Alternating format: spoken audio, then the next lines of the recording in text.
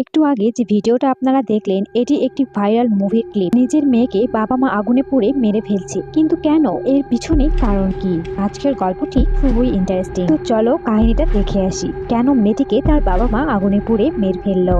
মুভির শুরুতে আমরা একটি লোককে দেখতে পাই। সে তার কাজ শেষ করে বাড়িতে ফিরছিল, কিন্তু যখন সে হাঁটছিল তখন তার মনে হতে থাকে যে কেউ তাকে ফলো করছে। যখনই সে দেখার জন্য পিছনে ফেরে কিন্তু সে কাউকেই দেখতে পায় না। লোকটা তখন অনেক ভয় পায় আর একটা অন্ধকার গলি দিয়ে দৌড়াতে থাকে। ঠিক তখনই সে সেখানে একজন বয়স্ক মহিলাকে দেখতে পায়। মহিলাটি তাকে দেখে তার দিকে ছুরি নিয়ে হাঁটতে থাকে এবং একটা সময় তাকে মেরে দেয়। তারপরে আমরা জানতে পারি শহরে এরকম অসংখ্য ভয়ঙ্কর ভাবে খুন হচ্ছে। সবাই সেই কিলারকে খুঁজতেছিল, কিন্তু কেউ তাকে খুঁজে পাচ্ছিল না।